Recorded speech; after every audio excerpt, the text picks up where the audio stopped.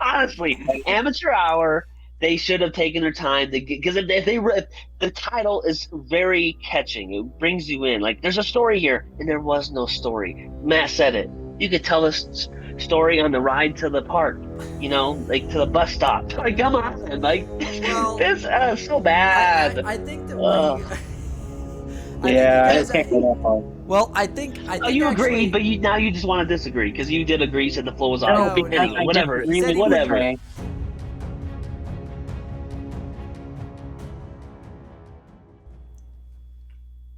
What's up, guys? Welcome to the Film Schmucks. And today we're going to talk about something a little bit different. We're actually going to review a documentary, which I think is the first documentary that we've ever done, if I am not mistaken. But anyway, it's the Bob Ross I thought it was a movie. documentary on Netflix. Wait, what, Trey? I thought you said it was a movie. Okay, it's a documentary. Okay. We're going Let's to have dig a in. discussion. Let's dig in. Let's dig in, baby. I Anyway, love Bob Ross. I want his hair. It's a but anyway, perm.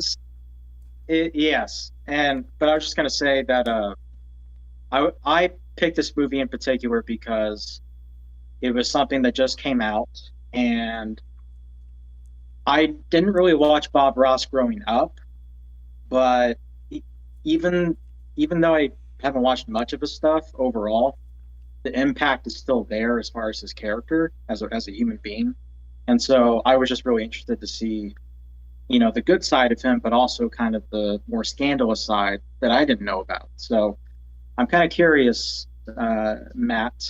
I'll start with you. What did you think about the Bob Ross documentary?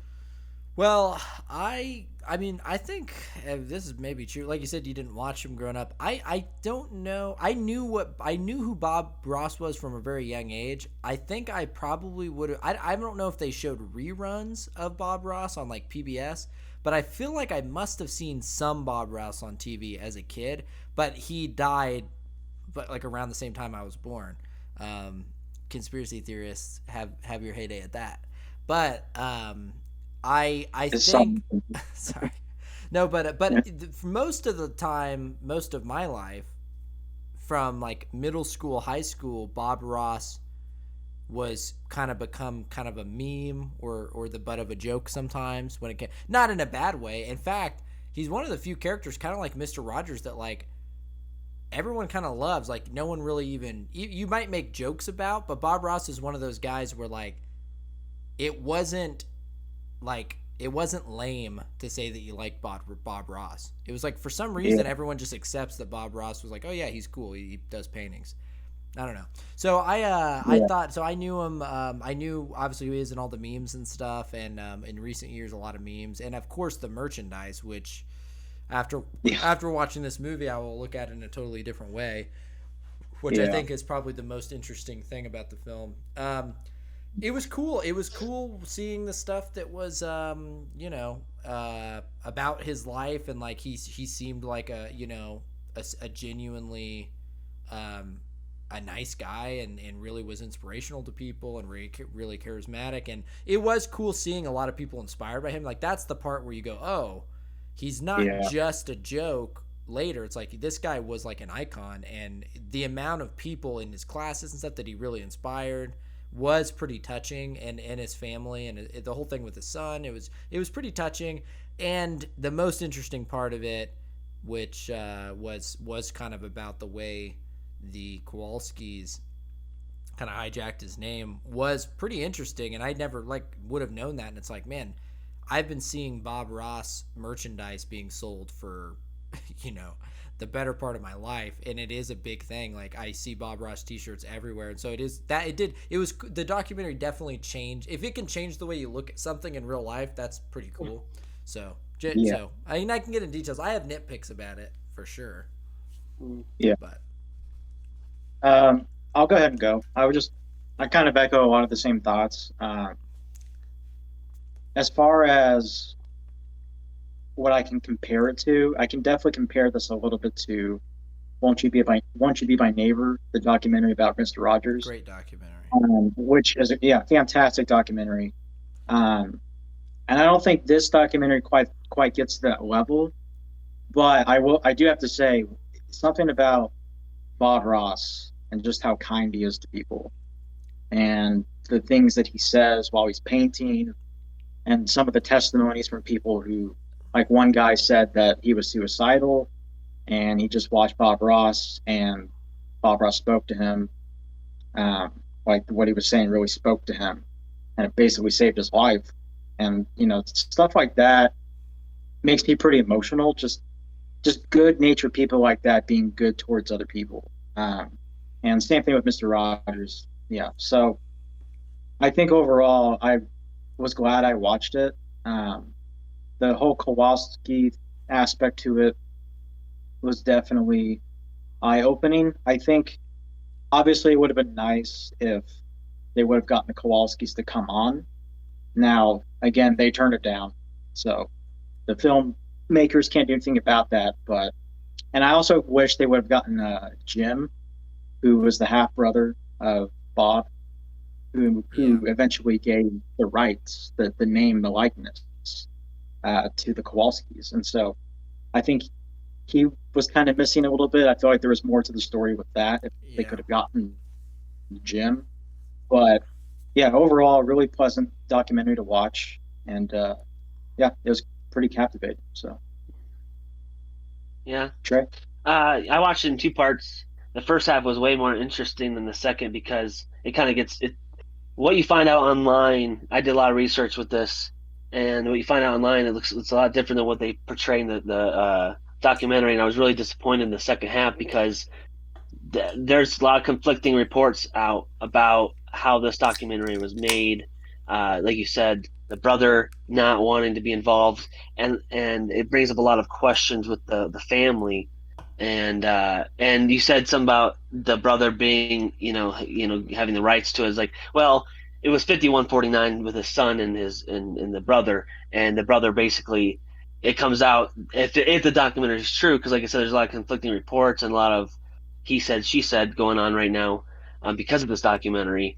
That the son didn't know that he basically screwed the son, the brother did. So the other family is not really the bad guys because they rightfully got the right. Like it wasn't the brother gave them away basically. I maybe got some money and he didn't want to come on and explain his side of the story. So I just don't know how in today's day and age how there hasn't been a push to get the rights back to the son.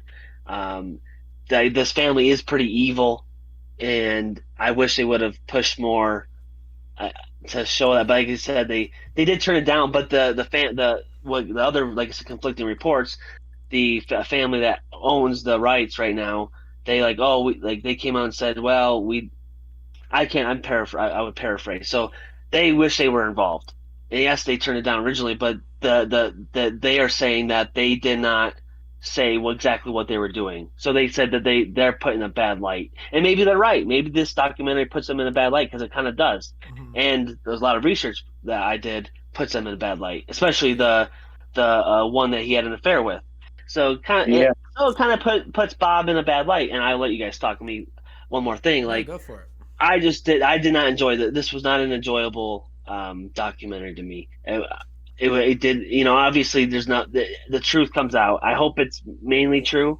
I hope there's a lot of truth to it because I just, like I said, a lot of research I didn't fully go with what the documentary shows. But I'll let you guys go. I'm sorry, I ranted. It was a great rant. And well, kind of following off what you said, Trey, because I feel like there's a lot of details of the documentary that I think worth getting into, but there's a lot of interesting things to talk about documentaries in general, which is, it is a trend. Documentaries have become very trendy. It used to be documentaries were something your grandpa watched on National Geographic, on a Saturday. And now it's like young people, it's trendy, young people watching the new documentaries on Netflix and Hulu. It's become like a captivating thing. My concern sometimes is that I think sometimes they'll make big stories out of not an actual lot of content. So, and my big issue with the Bob Ross with this documentary, the main thing I would say that's wrong about it, it's an hour and a half. And at first, me and Chris were watching. I was like, oh yeah, it would be a nice break because we on Film Schmucks we're watching movies that are 3 hours to 2 hours long. But this movie's an hour and a half. I'm like, oh, it'll be shorter. And I watched it and I was like, I don't understand why this movie's not like 45 minutes long. It's very long, and it really drags on certain parts for apparently no reason. Like, even here's the thing, the whole crux of the whole movie, which is the whole thing with the Kowalskis, that doesn't really start until an hour into the movie. And if you just look at the details they have about it, it's not a lot of information. Like I'm not saying that it's not, the information isn't useful, and that like Trey said, it's like, well, there is obviously a lot of pretty damning stuff in the documentary about the Kowalskis, but even if they're terrible people and they stole the name and all of that, and I think that that's horrible, it wasn't a lot of content. It was like, you could explain that whole story in 20 minutes. You can, but I'm saying, even if you had all the details, it's like, it's not a long story to tell. And so the thing, and Bob Ross is obviously an iconic person, and so it makes sense to make a documentary about him in some way. But documentaries are hard because if you're not interested in the person or the topic, then they're not very general. They're kind of more like, are you a fan of this person? Then you'll probably like the documentary, unless the person is really, really interesting and there's some really good story behind it.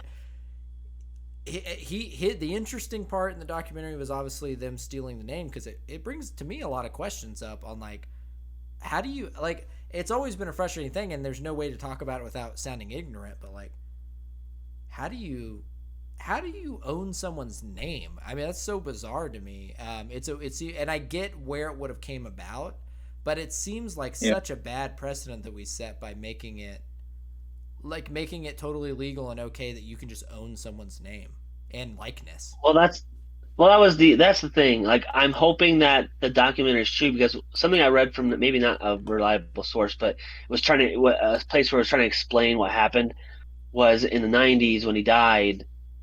It explained it that they felt that they did own his name, and he wasn't like, his work was a pay. They paid him to do the work, and that. But the other thing is that they had the four of them originally were equals. So it was really, like I said, there was a lot of conflicting stuff that I couldn't find a real answer. I didn't do I'm not being a detective right now. I would like to know the truth, though, and I was hoping that this documentary would delve into how they got the name, but they just wrote on there on like, and they showed the footage of him when the son sued them a couple years ago. He was all shocked that the brother sold the rights or whatever, gave the rights away or whatever. So it wasn't that nefarious from what I read, because compared to what I read, they're like, oh, he was a contractor. That's why we own all his paintings and everything.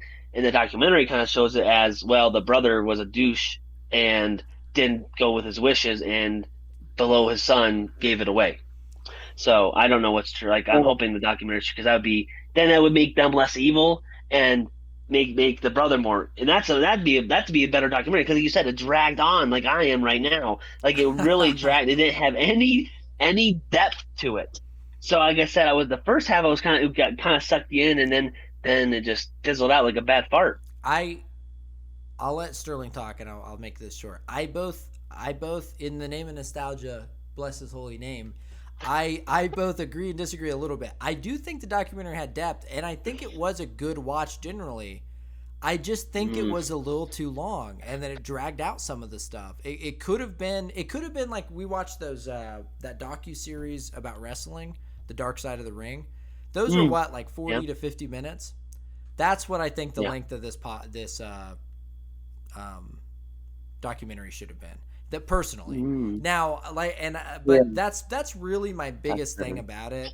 And I think I don't like the space that documentaries are in, with the trendiness of them, where it's like, anyone who has a name, anyone who's interesting at all, we can make a documentary about and sell it on Netflix. And it's like, Okay, like at what point, like, does that too, like, is there way too many documentaries about everything? I don't know that this is a case of that. I think, like you said, it's similar to Won't You Be My Neighbor, and Yeah. I think that's a great documentary. And I was a little bit more captivated by that documentary, which was Yeah. Oh, similar. yeah. But anyway, Sterling, I know you've been itching to go. Yeah. Well, the depth that I found was again just the footage of Bob Ross teaching the students, Yeah. and the clips of his TV show, like just the really encouraging words he would say, to the audience, and just some of the really good, like, wise lessons he would give through his commentary while he's painting. I really enjoyed that. So for me, I would agree that there were times it did drag on, and maybe it could have been like an hour to an hour 15 minutes at the most. But it didn't drag for me as much, maybe compared to you guys, because I did really enjoy seeing him interacting with people.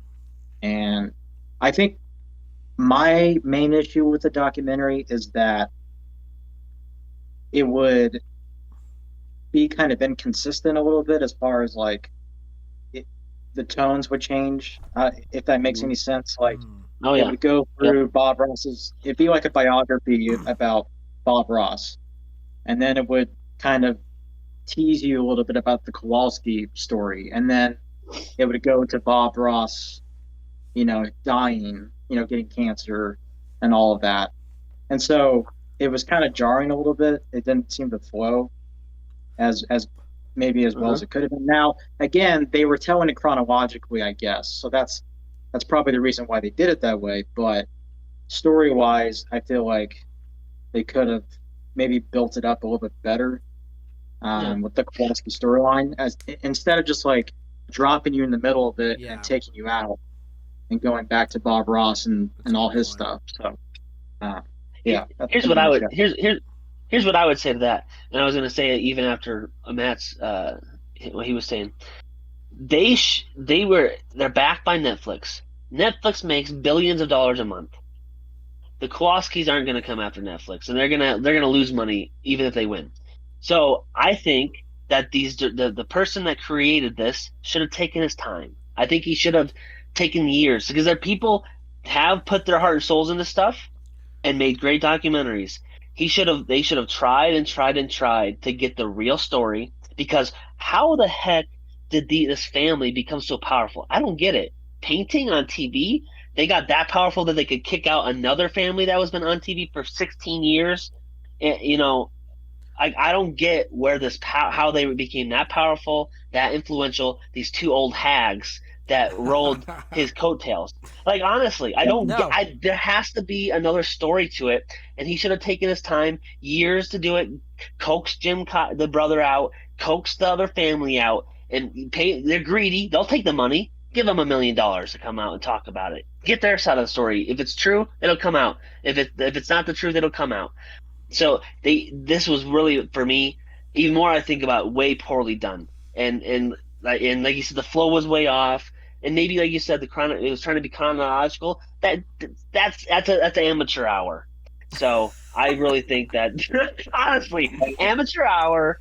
They should have taken their time because if the title is very catching, it brings you in. Like there's a story here, and there was no story. Matt said it. You could tell this story on the ride to the park, like to the bus stop. Like, come on, like well, this so I bad. I think that where Uh, you, I think you Yeah, guys. it can't go that far. Well, I think you agreed, actually. but now you just want to disagree because you did agree. You said the flow was off. No, No, because no. I Whatever, He disagree said with he you, wouldn't. whatever. Trey. He said he wouldn't go that far, is what he's saying. And let me bridge you guys Yeah. together. Let Okay. me bring this together in love and hope and kindness and happy little accidents. All right. The no. So Sterling made a good point that the way it kind of goes in and out was a little odd. And here's what it feels like a little bit. It kind of feels like you're watching two different documentaries, right? Like you're watching one documentary, which is the life and times of Bob Ross, and that is a one set of feelings, right? Because I'm with Sterling on the sense that like there were really touching moments, and it it connected like there were just touching moments in it, and he really seemed like a thoughtful, nice guy. And there were some of my favorite parts were when they would show some of the footage of him. I mean, to me, I what got me really touched me a lot was his wife dying, and they had a great clip where his wife dies, and he was just being so honest on the show, where he's basically like, sometimes Yeah, that's and I didn't crazy. expect it, but him saying that, but he's like, Yeah. sometimes you're sad, and he's like, and you got to wait for the good times. He's like, I'm waiting for the good times right now. That Yeah. line is That so was powerful. haunting and powerful. It's like stuck in my head Mhm. because it was Well, so sad. to jump off of that, it was also sad when the son mentioned that basically when Jane died, he lost his partner in the contract. So now Right, he had one Yeah. less vote.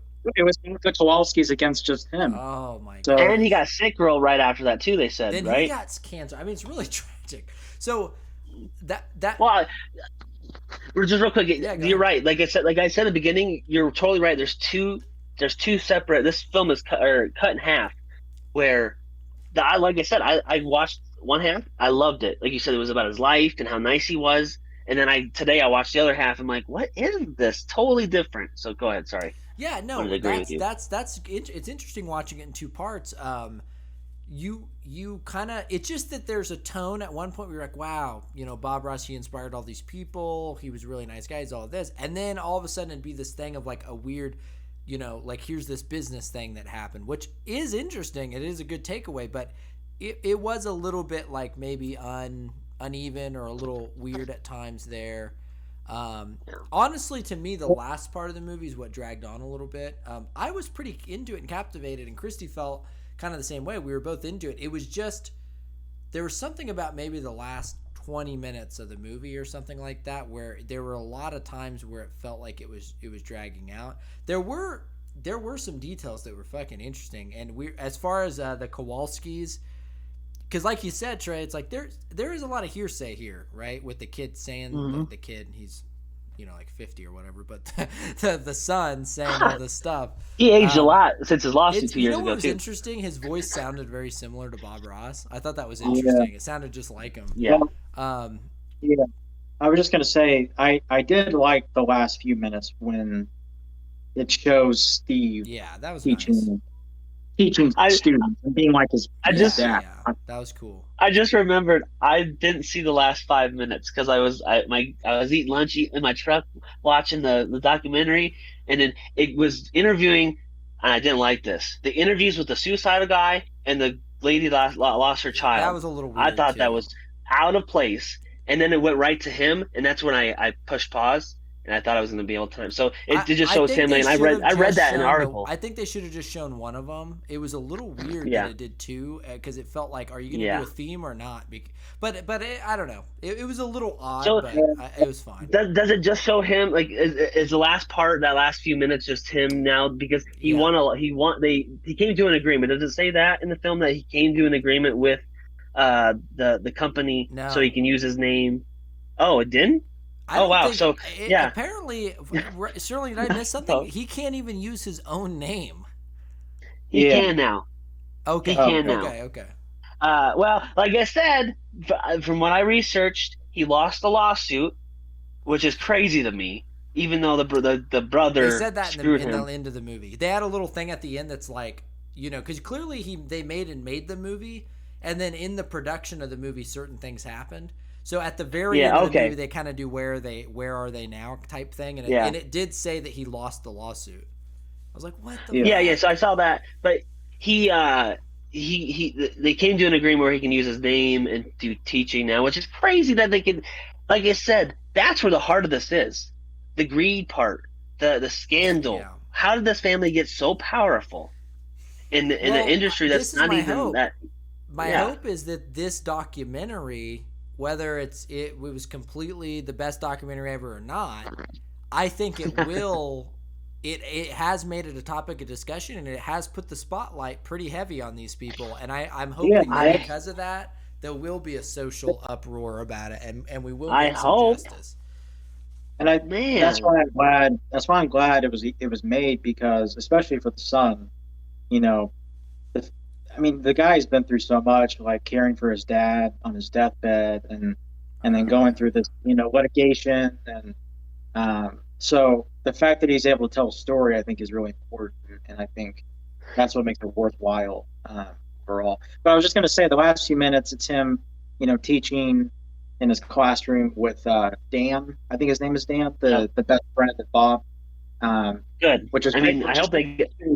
But also, there's a like a minute or two where he's at the gravestone of Bob Ross. I hope they And got paid pretty well for this documentary. Like, I really hope so. Like, Yeah, hope Netflix came out with a big bag of money for him, because yeah, this is I hope so. insane. Like I said, that's the story. Well, you know Like, what's... and they sprinkled in the Weber company. Sorry, if keep that thought. No, keep going. The Weber company that owned the rights to the Jenkins, the Flower people, and them. The son came in, and they showed him for like 2 interviews. That was in the because he was in the lawsuit with Steve, the sons, and like they just sprinkled it at the end. Like, there's a story here. Like, it's so frustrating. Well, Go, man, it I'm is sorry. a lot of information, and it is a lot of stuff where it's hard to tell. You're when you're doing a documentary, you're also doing kind of a compelling narrative, and then it's like hard to not. I don't know. I'm with you though, but I was gonna say that you mentioned them, the Jenkins. I really felt bad for them too. And How is that when possible? it comes to, like, you were saying, who's really bad? Is it just painting them in a bad light? There were some things in this documentary that were not just hearsay. It was like beyond a shadow of a doubt, the Kowalskis Plagiarism. were being shitty, because the plagiarism stuff was pretty scandalous, and the fact that they basically got Weber. They kicked them off of they got them to get their show. It's like it seemed like the Kowalskis were so directly related to Weber dropping the Jenkins and their show, because Bob was a friend with them, which that was a touching thing to me, because I liked that, because I thought they were going to say we had a rivalry, and they were like, the fact that Bob Ross would literally recommend people to go watch the Jenkins show was so touching to me. That's why I say, well, that's the story. How did they get that? Why and how did they have that much power? Where'd they get their money? Like, I don't get it. Could be Satan. Well, here's the thing. I could be a think deal part with of the Satan. reason why I think part of the reason why they might have so much power is because one way or another they have kind of an air of intimidation, and I think that air of intimidation comes from the fact that they're willing to sue people, and people don't want to go through lawsuits. Like, that costs a lot of money just to go through lawsuits. So yeah, that's why I told people didn't want to come on the documentary. They had 12 other people that were going to be in this documentary, and they didn't want to come on. So Let's talk a little more about these scumbags, huh? We gotta be careful. I don't want to get sued on the film Schmucks, but the Kowalskis, the you know what was really sketchy was the guy who worked for him. The foreign guy. I'm not saying I'm not saying that derogatory. I just can't remember if he was French Alexander or what. But Alexander, no. Not that guy. That guy was awesome, by the way. I want to watch that guy's show. The guy who did the paintings. He seemed so funny. There was a guy at the beginning who Bob Ross sort of took over for, right? Yeah, he stole his likeness. Where's that lawsuit? We need Bob Ross stole his likeness. That's a good point. We need another documentary. But no, I'm talking about the guy who worked for I can't remember if he worked for Weber or if he no, he worked for BRI, Bob Ross Incorporated.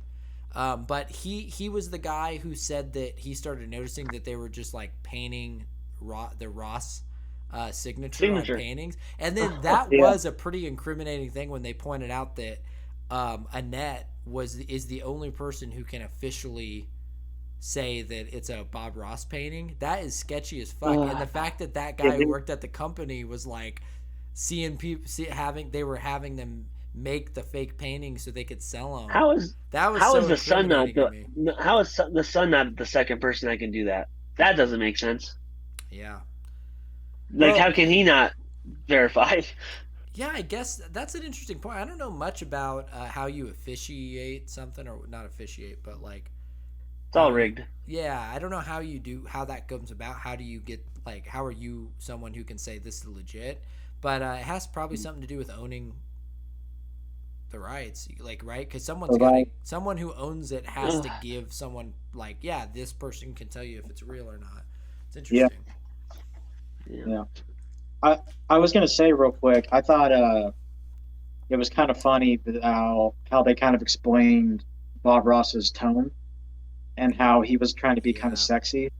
I thought. Oh, I thought that. But I was gonna say I didn't like that because it was funny, but Yeah. it felt like they were digging so deep into that for no reason because they were like they started making it weirdly sexual. Where like he liked to get sex, like as if he was like this, like he was a real sexy guy and he was talking like that because he was making love to the viewer or something. And I was like, they didn't show anything that he actually said or anything on screen that implied, like they just took stuff that was kind of out of context that implied sexual nature to it. And I was like, a 13-year-old would edit this on YouTube.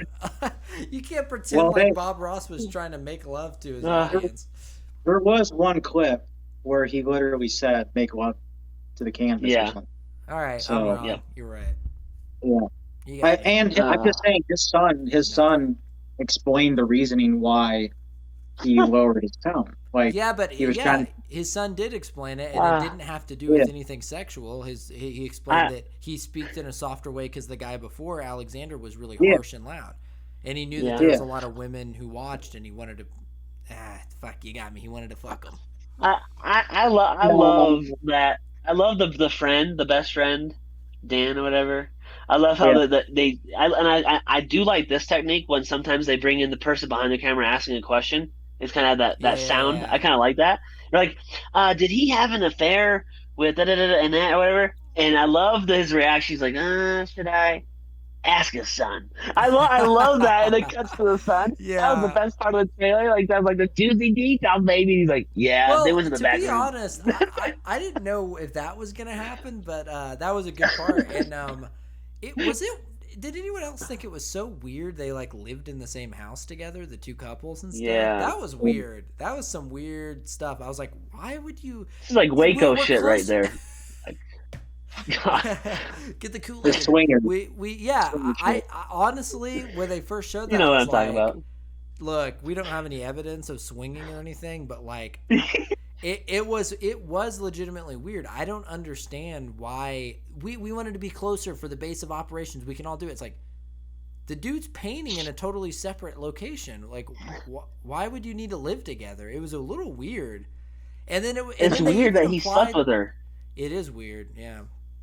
She looks like 20 years older. Like, how is she still? They're still alive, by the way. I don't know how they're still alive. I guess money keep they're drinking virgin's blood or something. Cut it. I mean, God, jeez. But keep it in.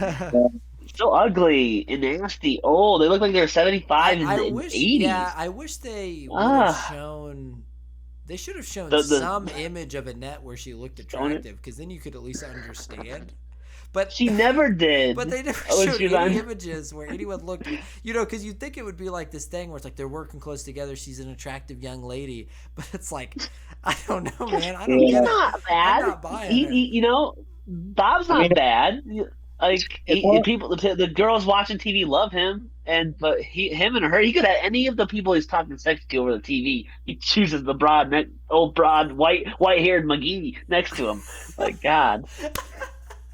I mean, it's all speculation, but I mean, I have a guess.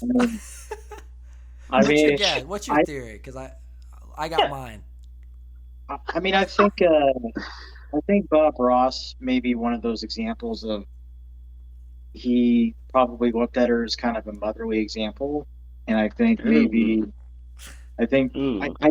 do know of examples of people having some kind of fetish for that. So.